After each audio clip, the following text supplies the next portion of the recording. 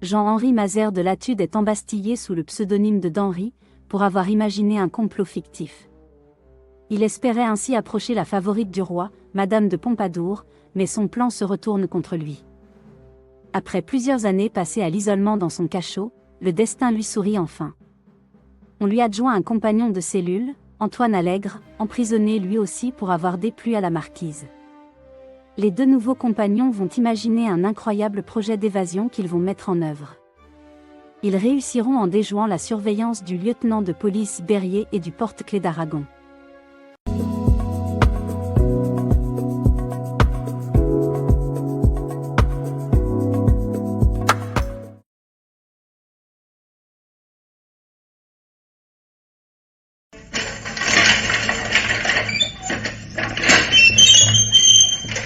Voilà la soupe. Oh, encore ce maudit ragoût. Oh, c'est indigne. Le gouverneur me prend-il pour un porc? Croit-il qu'il suffit d'un peu d'eau de vaisselle pour engraisser un prisonnier? Peut-être que oui, monsieur d'Henri. Où passe donc l'argent que le roi dépense pour ma nourriture? C'est pas assez qu'on monte la liberté, l'air et la lumière, il faut encore qu'on m'affrappe. Je dois remporter le déjeuner, monsieur d'Henri. Ne faites pas d'esprit d'Aragon. Je suis malheureusement incapable de vivre de l'air du temps. Sinon, je me passerais volontiers de cette pitance infecte. C'est tout ce qu'il y a pour votre service, monsieur d'Henri. Ah non, cessez de m'appeler d'Henri, hein. Vous savez bien qu'on m'a imposé ce surnom grotesque. La personne qui m'a fait jeter à la Bastille ne désire pas qu'on trouve un jour mon vrai nom sur les registres, je suppose. Je m'appelle Henri Mazère de Latude, et je suis gentilhomme. Ayez l'obligeance de vous en souvenir, du moins quand vous vous adressez à moi. Entendu, monsieur d'Henri. Mais vous payez ma tête d'Aragon? Mais cela ne vous rapportera rien, je me plaindrai au gouverneur. Ah, plaignez-vous aussi de la nourriture pendant que vous y serez. Monsieur Bell tient toujours compte des plaintes de ses pensionnaires, surtout quand ils sont gentilshommes. Vous voulez que je vous dise? Le rêve du gouverneur, ce serait de transformer la Bastille en pouponnière, où il n'y aurait que des mignons comme vous à dorloter. Misérable, sortez! Sortez d'ici, je vous l'ordonne! Ah, c'est malheureusement plus facile qu'à vous, monsieur d'Henri. Allez, calmez-vous, vous allez vous couper l'appétit. Mais j'exige que vous sortiez, entendez-vous? Oh, soyez tranquille et je ne veux pas m'attarder, hein. Puis j'oublierai pas de fermer derrière moi la porte. J'ai de l'éducation, moins que vous qui êtes gentilhomme, monsieur d'Henri, bien sûr, mais... Mais tu m'as foutu le camp à la fin? Ah, voilà que vous causez comme un porte-clés, il me semble, monseigneur. Sans compter que ce gobelet aurait pu m'éborgner au passage. Dites donc, il y a monsieur le lieutenant de police qui nous rend visite tantôt. Il va peut-être vous dire un mot. Alors tâchez de rien lui lancer à la tête. Moi, ça me fait rire, mais lui, je ne crois pas. Allez, bon appétit, monsieur d'Henri. Et si vous avez besoin de quoi que ce soit, je suis votre serviteur.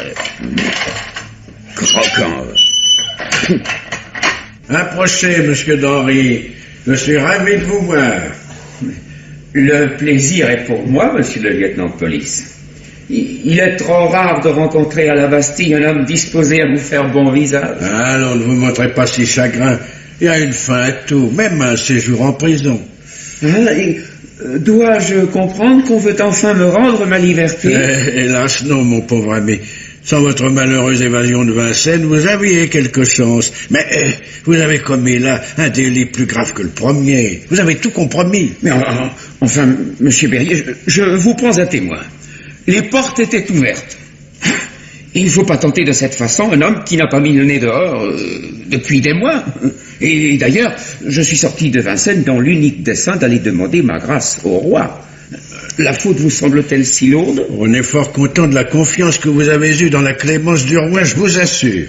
Et il n'est pas impossible que vous ressentiez un jour les effets de sa bonté.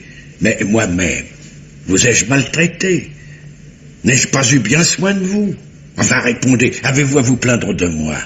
Quand je serai dehors, je ne dirai point que j'ai eu affaire à un juge en la personne de monsieur Berrier, mais à un père. Ah.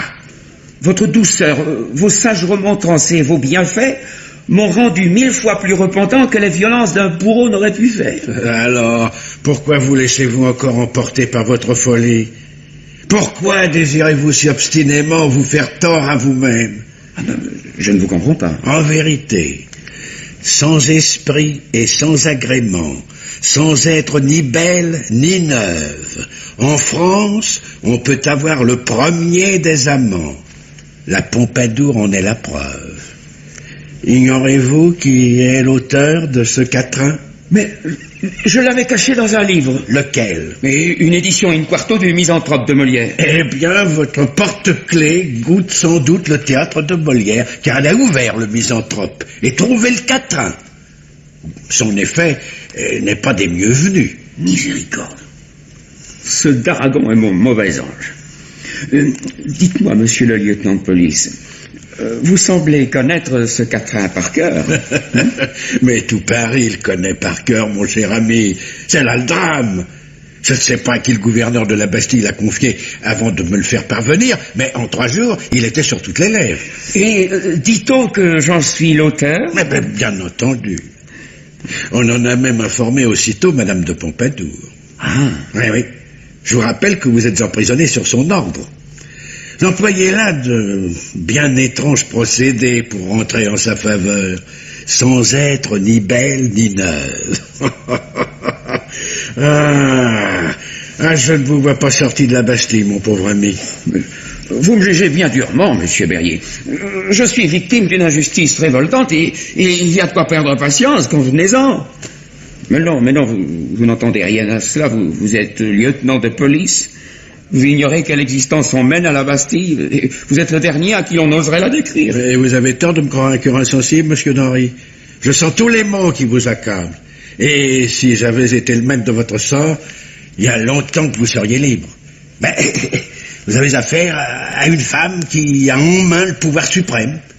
Attendez patiemment que le destin vous en débarrasse. Ou que le roi change de fantaisie, ce qui, pour elle, serait pire. Car vous n'êtes pas le seul à vous plaindre d'elle. Non. D'ici là, aucun espoir ne m'est permis. D'ici là, oubliez vos dons pour la poésie satirique, je vous en supplie. Consacrez-vous à des études sérieuses qui vous aideront à passer le temps. Traduisez des auteurs grecs, apprenez l'hébreu, le russe ou l'héraldique. Ça peut toujours vous être utile. Oui, je pourrais composer mon oraison funèbre en hébreu ou en russe, par exemple. Oui. Et les méfaits de la Pompadour doivent passionner ces 2 peuples également. Alors, bonsoir, monsieur le lieutenant de police, et merci. Oui, bonsoir, monsieur d'Henry. Ah, j'allais oublier. On va vous donner un compagnon de chambre. Oui, un charmant garçon qui est détenu à la Bastille depuis 4 ans, pour le même motif que vous, et sur l'ordre de la même personne. Oui, et il a votre âge. Il se nomme Antoine Allègre. C'est un ancien maître de pension de Marseille, un peu bizarre de caractère, mais d'une intelligence remarquable. Tiens. Ah, mais merci 1000 fois, monsieur Berrier. De rien, je vous en prie. Je fais tout ce que je peux pour vous être agréable. Et ne vous tracassez pas, hein. Du courage et de la patience. Je compte sur vous. Je vous veux le plus grand bien, monsieur le gouverneur. Mais, étant trop pauvre pour vous rien donner, je vous fais cadeau de mon corps qui va périr et dont vous pourrez faire un squelette pour la décoration de vos appartements.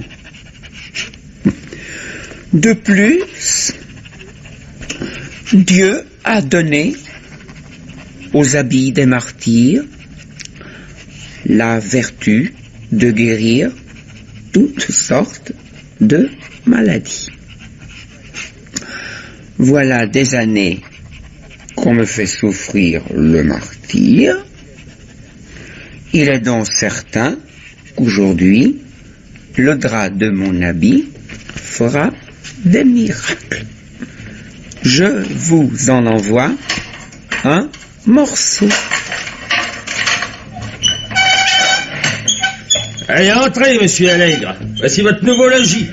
Permettez-moi de vous présenter votre nouveau compagnon, monsieur d'Henry, Antoine Allègre. Il loge à la Bastille depuis le mois de mai 1750. Soyez le bienvenu, monsieur. Je suis enchanté de faire votre connaissance. J'espère que cette chambre vous conviendra. Il fait frais en été et froid en hiver. La cheminée tire très mal.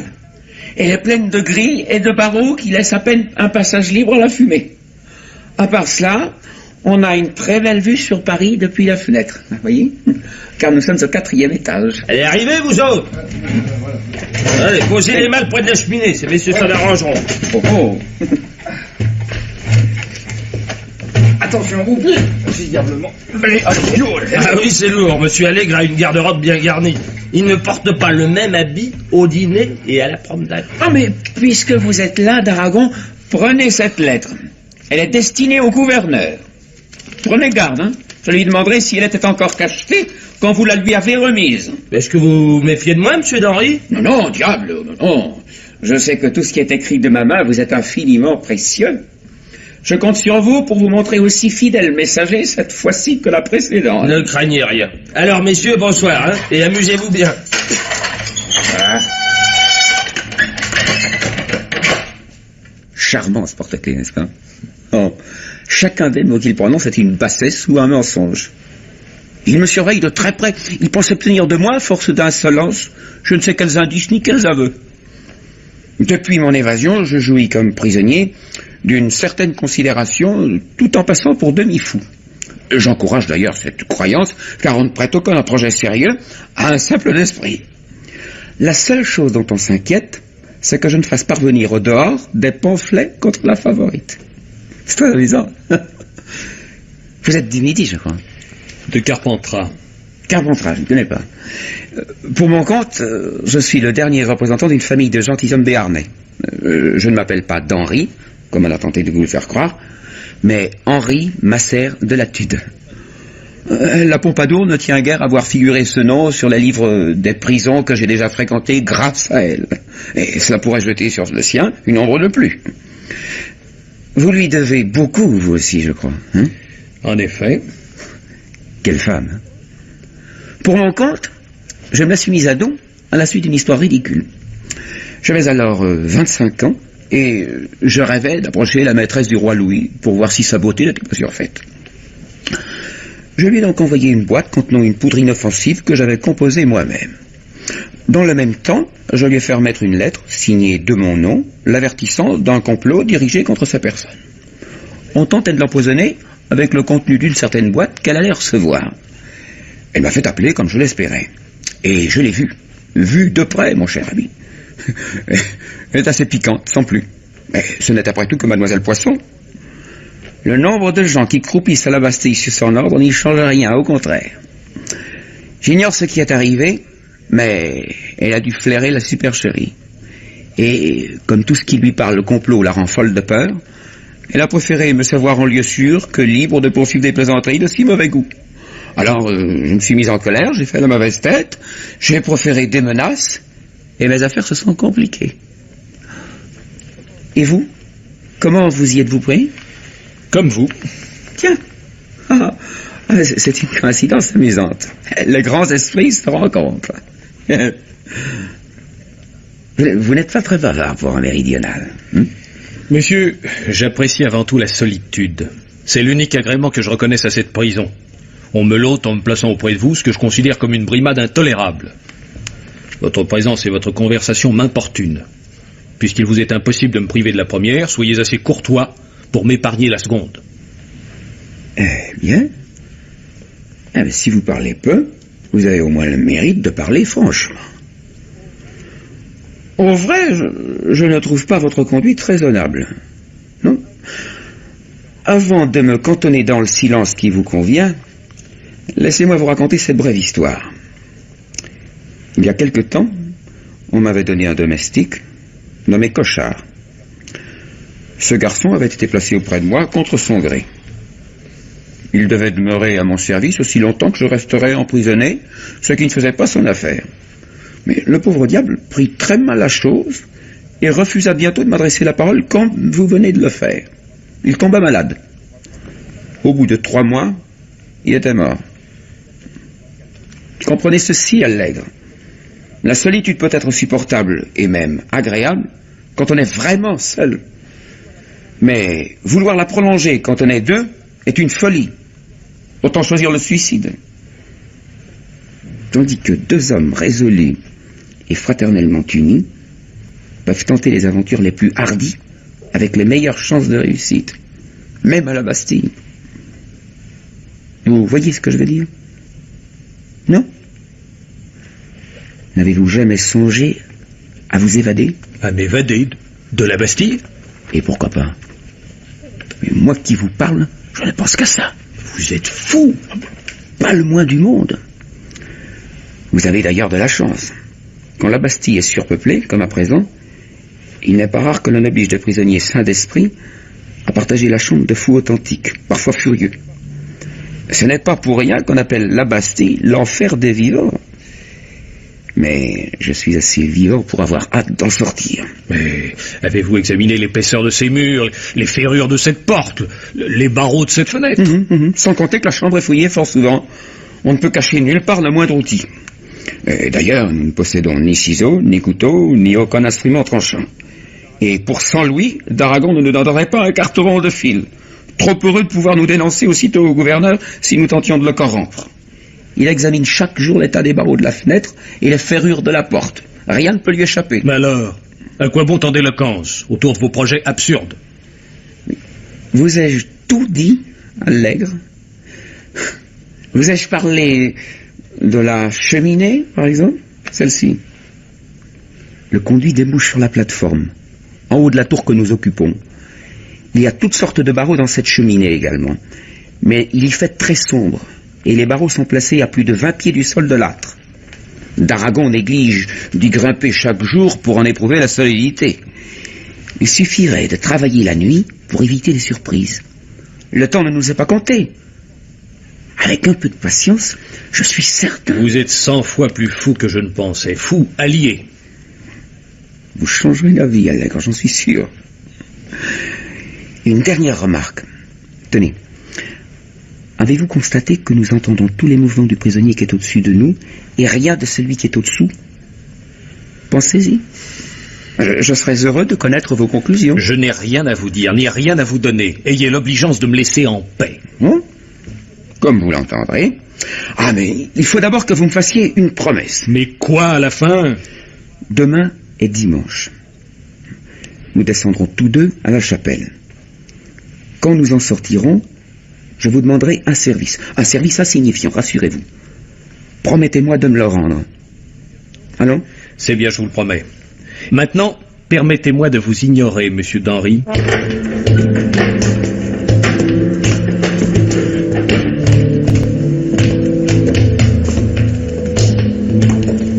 Vous voyez l'homme qui monte l'escalier devant nous, Allègre?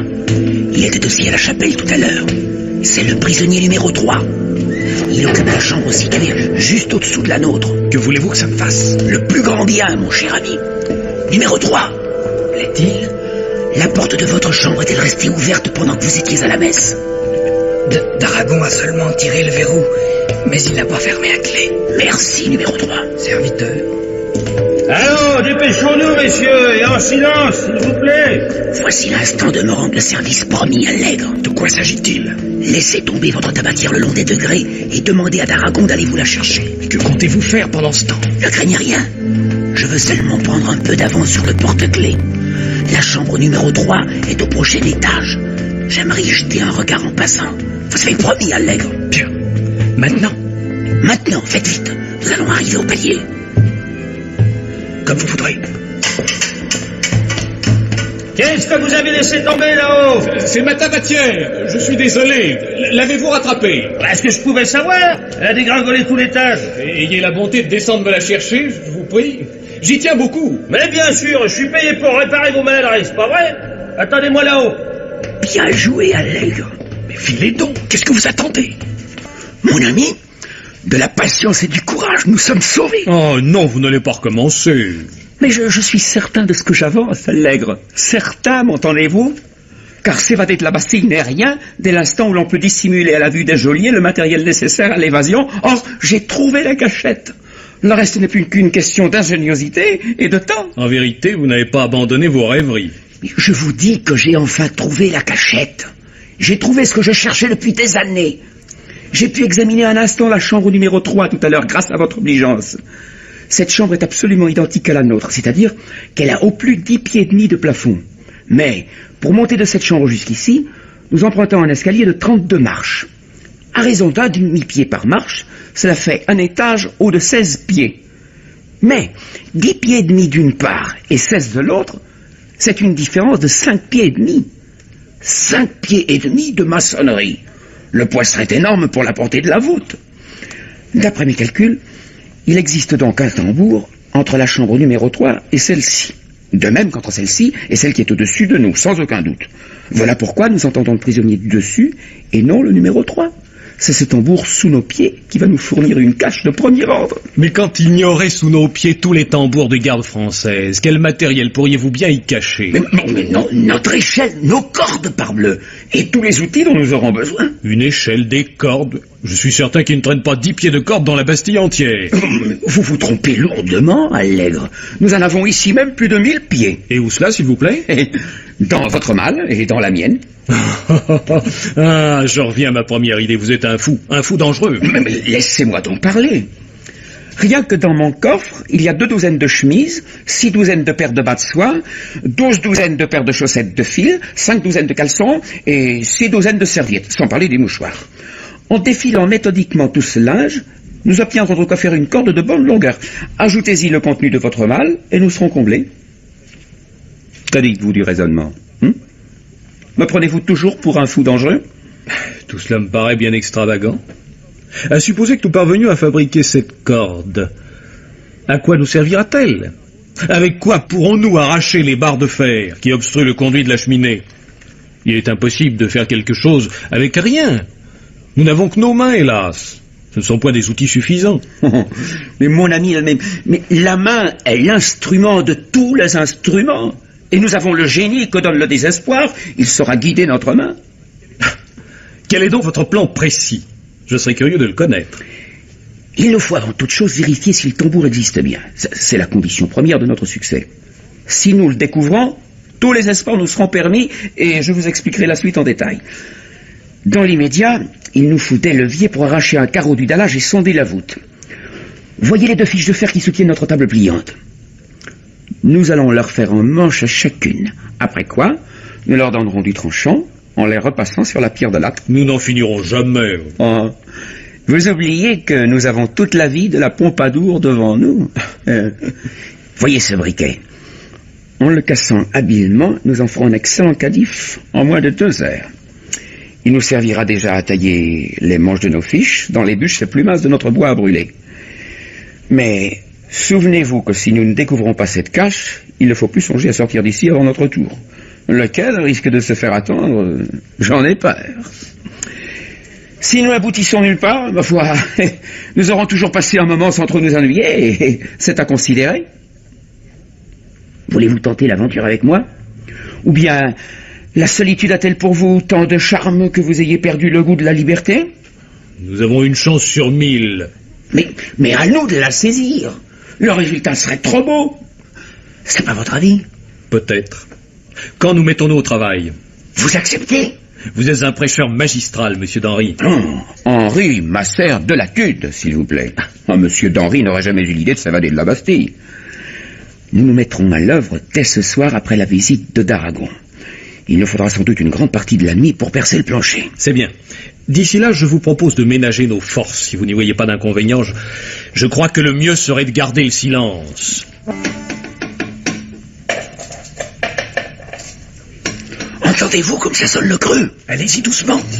Si vos calculs sont exacts, vous ne devriez pas tarder à passer au travers de la maçonnerie. Allègre! Le ciseau ne rencontre plus de résistance. Le tambour existe. Approchez le flambeau. Laissez-moi vous aider. Il faut élargir l'ouverture avec prudence. Notre voisin du dessous pourrait se montrer surpris de nous voir atterrir chez lui à 4 heures du matin. Voyez-vous quelque chose? J'avais raison. Il y a un second plancher environ 4 pieds du nôtre. C'est propre et sec. Nous pourrons loger là-dedans toutes les cordes et les échelles que nous voudrons. Elles s'y conserveront parfaitement. Je vous propose d'y mettre à vieillir dès maintenant une bouteille d'Armagnac qui encombre mon coffre. Nous la viderons quand nous serons dehors. Excellente idée. Nous porterons la date d'aujourd'hui, 3 octobre 1754, sur la cire du cachet. Mais je vous offre sur le champ un verre de ma propre réserve. Nous l'avons largement mérité.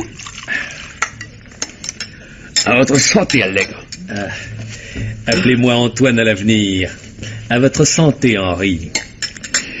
Je bois au succès de notre évasion, mon cher Antoine, et à la démolition de la Bastille. Ouh, vous voyez beaucoup trop loin.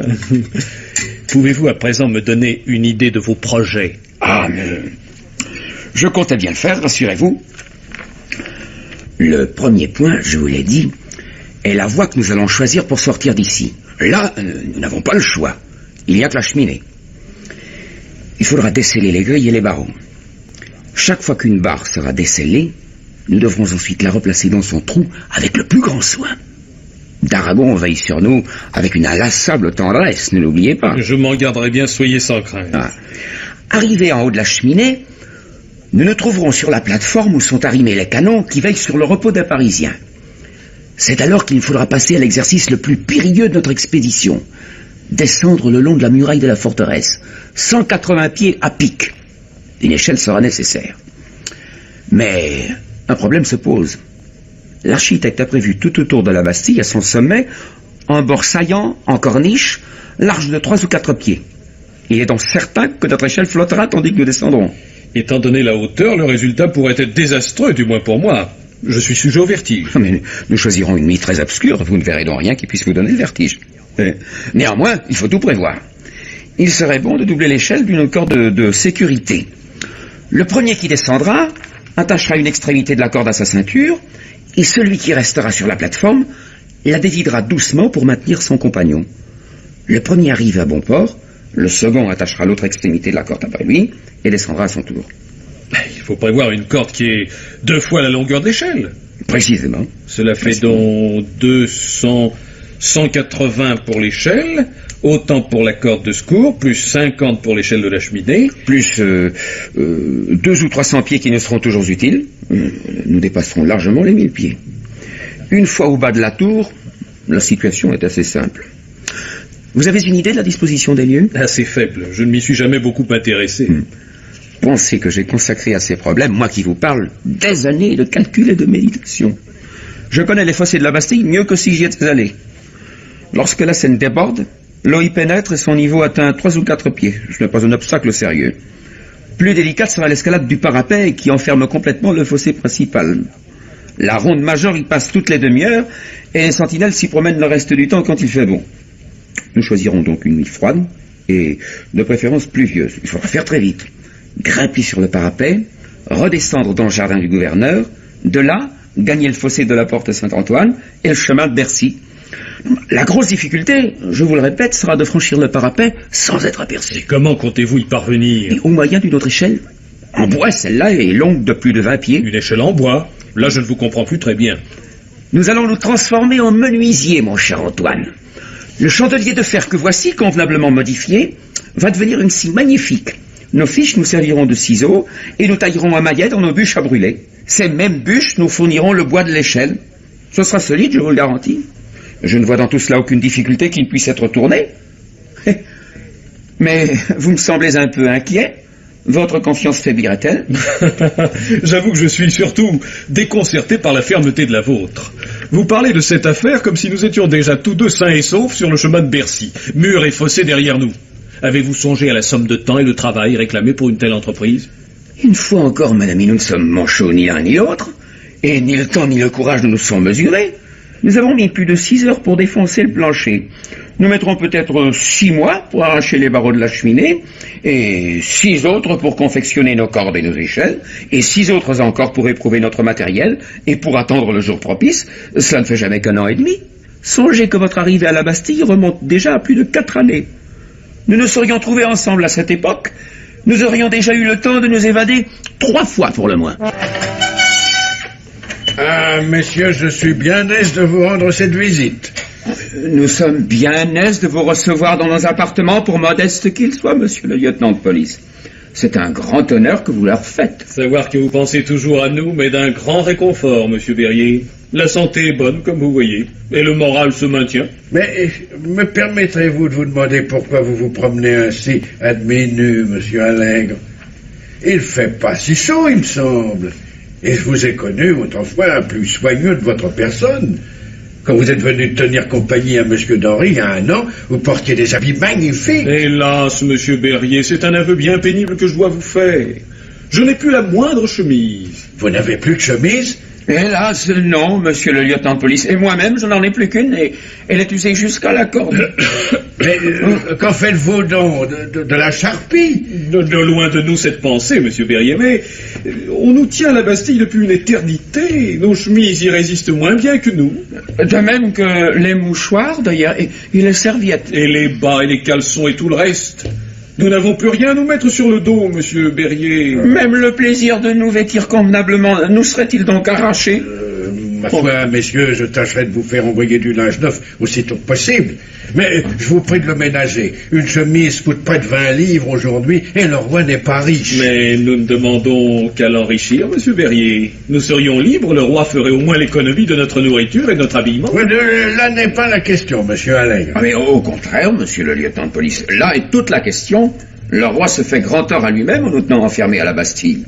Mais il y mettrait la Pompadour à notre place, avec sa famille au grand complet. Il saurait bientôt plus quoi faire de son argent. Messieurs, je suis peiné de vous voir dans d'aussi piètres dispositions à l'égard du roi. Vous savez cependant qu'il nourrit pour vous des sentiments d'affection sincères.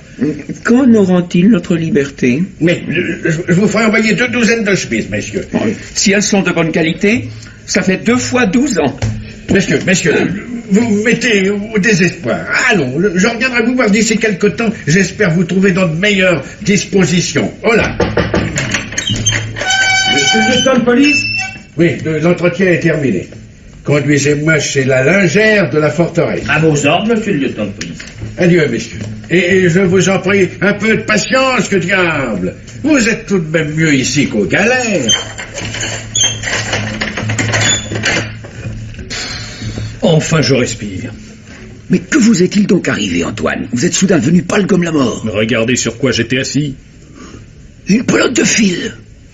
Mon Dieu, nous l'avions oublié. Et voilà pourquoi j'ai si brusquement pris un siège au cours de la conversation. J'ai aperçu le peloton sur la chaise. Vous étiez à côté. Je voulais vous prévenir, mais comment faire? Alors j'ai traversé la pièce et je me suis assis là-dessus. Pauvre Berrier. Lui qui vous prenait jusqu'ici pour un homme bien élevé, ses illusions ont subi aujourd'hui un rude assaut. Enfin, nous aurons nos chemises, c'est l'essentiel. Il y a déjà plus de 800 pieds de corde dans le tambour et environ 200 échelons. Nous ne sommes pas loin du compte. Les 2 douzaines de chemises seront un appoint précieux. Mais qu'avez-vous donc, mon ami? Cet incident me préoccupe. d'Aragon se serait trouvé à la place de Berrier, il aurait vu la plotte, et de là à faire le rapport avec l'histoire des chemises, nous étions perdus. Sans aucun doute. Il faudrait pouvoir nous avertir mutuellement si quelqu'un entre dans la chambre à l'improviste, et si l'un de nous aperçoit un objet compromettant exposé au regard. Vous avez raison, il faudra un signal. Ou un langage particulier, composé de mots convenus entre nous. Que penseriez-vous d'appeler nos cordes des colombes, eu égard à leur blancheur? Alors l'échelle s'appellera Jacob, bien entendu. Et nos fiches de métal, Tubalquin. Du nom du premier homme qui en forgeant devint forgeron. Le tambour deviendra Polyphème, en souvenir de la caverne du cyclope mangeur d'hommes. La scie s'appellera Faune, car ses dents sont hérissées comme le poil de cette créature. Les échelons, fils de Jacob, deviendront des rejetons. Et une pelote de fil, un petit frère. Et pour quelle raison? Aucune particulière. Vous y voyez un inconvénient? Aucun particulier, mais je tiens à nommer le dévidoir Anubis. Quant au canif, admirez l'étrangeté de sa forme. Nous l'appellerons le toutou. Eh bien, il suffira d'utiliser régulièrement ce vocabulaire, même sans témoin, comme les crocheteurs des quais. Dès ce soir, nous tirerons Jacob de Polyphème pour l'installer dans la cheminée. Et Tubalquin tentera de déceler une barre de plus. Que Tubalquin ne nous fasse point négliger nos colombes.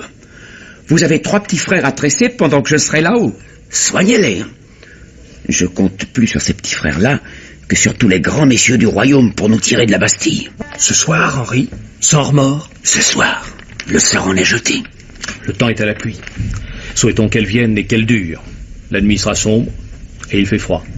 Les sentinelles se promènent sans doute moins volontiers sur le chemin de ronde au mois de février qu'en juillet. Mais la ronde major passe toutes les demi-heures, en février comme en juillet, avec des flambeaux et des lanternes. Et pour peu que la nuit s'éclaircisse, car le temps peut changer à l'improviste, nous risquons fort d'être aperçus en franchissant le parapet. J'y ai longuement réfléchi ces jours derniers. Nous ne pouvons courir un tel risque, ce serait trop stupide. Mais quelle autre solution? Ne point escalader le parapet. Il enferme complètement le fossé, m'avez-vous dit. Si nous ne passons pas par-dessus, il ne reste plus qu'à passer par-dessous. Ou mieux, au travers. Un mur de 4 pieds d'épaisseur. En dépit de la Pompadour, nous ne sommes pas encore des spectres pour passer au travers des murailles. Écoutez-moi. La Seine déborde fréquemment et l'eau emplit les fossés toutes les fois. Ce parapet qui nous interdit l'accès du fossé Saint-Antoine est aussi ancien que la forteresse. Il a donc été fort souvent immergé à sa partie inférieure. Le mortier qui tient les pierres ne doit plus être bien solide. Du balquin en main, nous viendrons à bout de cette muraille. Ce sera très long. Mais nous ne courrons aucun danger et nous aurons fini bien avant le petit jour si nous sommes à pied d'œuvre assez tôt. Mais Jacob, notre Jacob de bois, avons-nous exécuté ce chef-d'œuvre en pure perte? Mais nous l'emporterons, rassurez-vous. Au cas où la muraille résisterait plus que je ne le prévois, nous pourrons toujours l'utiliser. Une visite. d'Aragon vient nous dire bonsoir. Le toutou sur la table. Fourrez-le dans votre poche. Encore une bonne journée passée, n'est-ce pas, messieurs? Le temps est à la pluie. Mes vieilles douleurs se réveillent. Comment, vous avez laissé votre feu s'éteindre? Eh oui, d'Aragon, faute de courage. Fait un froid de loup chez vous. Un rude mois de février que l'an 1756 nous aura donné, d'Aragon. Fiche-toi, oui, monsieur Allègre. La Seine fait des siennes. Il y a 5 pieds d'eau dans les fossés. 5 pieds? Ah oui, elle a encore monté ce soir, la gueuse. Qui sait, d'ici quelques jours, elle viendra peut-être vous lécher les pieds jusqu'ici. Ah, c'est bien improbable, d'Aragon. J'ai confiance en notre étoile. Les eaux noieront peut-être Polyphème, hélas, mais Jacob et ses colombes nous enlèveront vers l'Empyrée, avant que la Bastille ne soit submergée. Oh, encore ces foutaises de Jacob et de Colombe. Vous n'auriez pas le crâne un peu fêlé, monsieur Allègre? Ah, je vous plains, monsieur d'Henri. Oh, mais il n'est pas dangereux. Je le souhaite pour vous, si vous avez encore quelques années à passer avec lui. Bon, tout a l'air en ordre. Pas de couteau caché, pas de lime, pas de tarière, pas de mauvaises intentions contre les barreaux de la fenêtre. Non, ces plaisanteries sont d'un goût médiocre, d'Aragon. Et la routine, monsieur d'Henri. Service. Pas de correspondance secrète avec l'extérieur. Permettez que je jette un coup d'œil dans vos malles. Mais voyons, me faites donc. Il y a longtemps que vous n'y avez pas fourré votre nez. Mon nez en vaut un autre, monsieur Allègre. Mais qu'est-ce que ça veut dire, ça? Vous n'avez plus de linge? Encore un coup?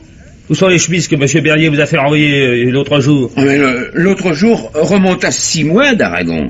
Ces chemises ne valaient rien, elles sont tombées en lambeaux à peine arrivées ici. Ouais, en tout cas, ne comptez pas sur moi pour vous en tailler d'autres. Ce serait inutile, mon ami. L'hiver agonise, nous irons sans chemise quand viendront les beaux jours. En attendant les beaux jours, je me demande bien pourquoi vous avez laissé éteindre ce feu. Il n'y a rien de caché dans la cheminée, par hasard? Non. Non? Pourquoi diable faites-vous une tête pareille? Il y a quelque chose dans la cheminée. C'est-à-dire... d'Aragon, n'y allez pas. Il n'y a rien. Très amusant. Vous aimez vraiment vous payer ma tête, monsieur Allègre? Comment, vous ne voyez rien dans cette cheminée? Permettez que j'y regarde moi-même.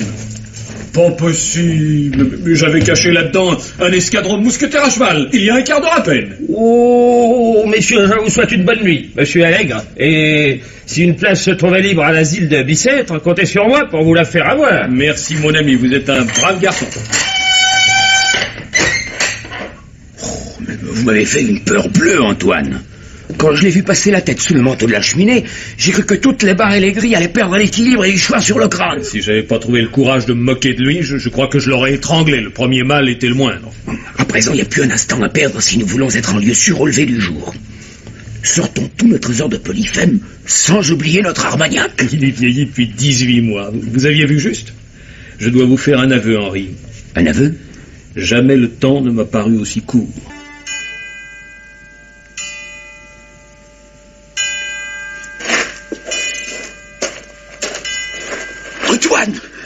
Antoine, reprenez vos esprits, nous sommes sauvés. Sauvés. Il est 5 heures, et nous sommes sur le chemin de Bercy. Libre. Murs et fossés derrière nous. Oh, c'est impossible, Henri, c'est un rêve.